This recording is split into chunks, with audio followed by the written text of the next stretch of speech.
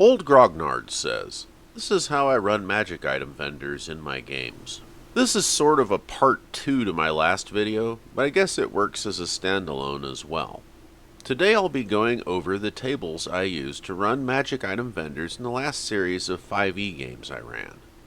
If you want them, they're posted in the community tab. I had to break them into 3 posts so they would fit. If you copy and paste them into a notepad doc, the columns will line back up the way they're supposed to be. There are some things that aren't in the table that still need figuring. There needs to be something for how much a player gets when they sell items. I was using 50 plus the character's charisma score % of the list price as the amount that they would get. So if a character with a 15 charisma was selling something, they would get 65% of the listed price. I might just stick to that. The other is how much a vendor is willing to buy from the characters. I based this on the amount of stuff they had for sale and just kinda winged it. In the future, it might be better to have something a little more concrete.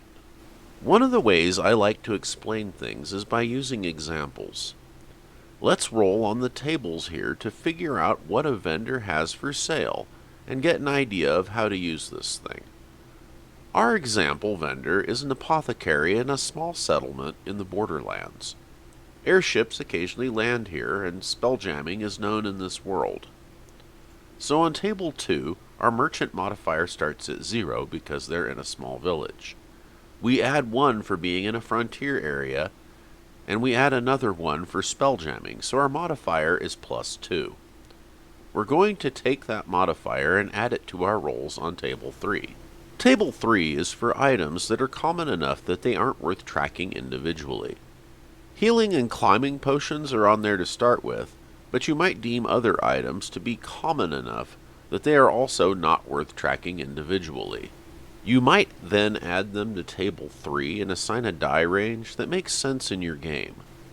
Let's roll to see how many healing potions the vendor has. We've rolled a 4, so with our modifier, that gives us 5 potions. Next we roll for climbing potions, and we roll a 2.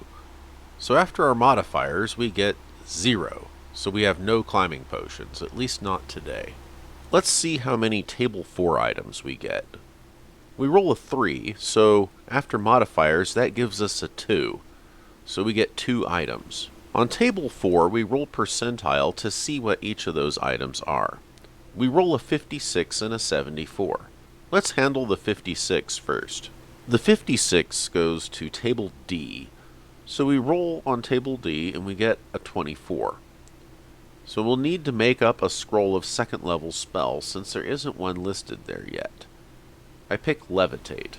Since the scroll is a single use item and the lowest level for uncommon, we'll price it at the very lowest part of uncommon. On table 1 we see that uncommon starts at 150 gold pieces, so I'll put the price at 150 gold. I'll also add Levitate as one of the scrolls available on table D.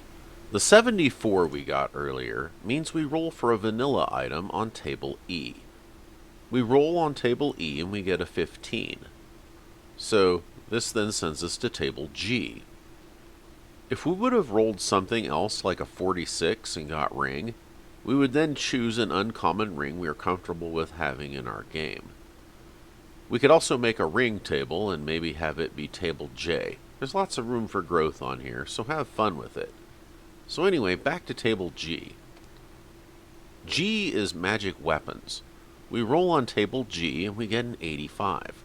So the last item is a +1 Warhammer. So this brings our total inventory of magic stuff for sale to 5 healing potions, a scroll of Levitate, and a +1 Warhammer. It's not on the table, but how I handle inventory turnover is each week just re-roll how many table 3 items the vendor has. Then after figuring out how many table 3 items we have, we roll to see if any of our table 4 items have been sold. I was just using a D10 with a roll of a 1, meaning the item was sold. So after determining what was sold or not, I would then roll to see how many table 4 items there were total, just like we did when we initially generated the shop. If the number is less than or equal to what the vendor already has in stock, then we just leave it alone. We're done. If it's higher than that, though, we roll to see what the additional items are on table 4. This process could probably be made better by incorporating the merchant modifier to simulate that shops with more inventory will probably have more turnover. But that's something we'll figure out later. Well, that about covers the tables I use to run magic item vendors. Hopefully, you might get some use out of this, or at least get some ideas about making your own tables. Thanks for watching.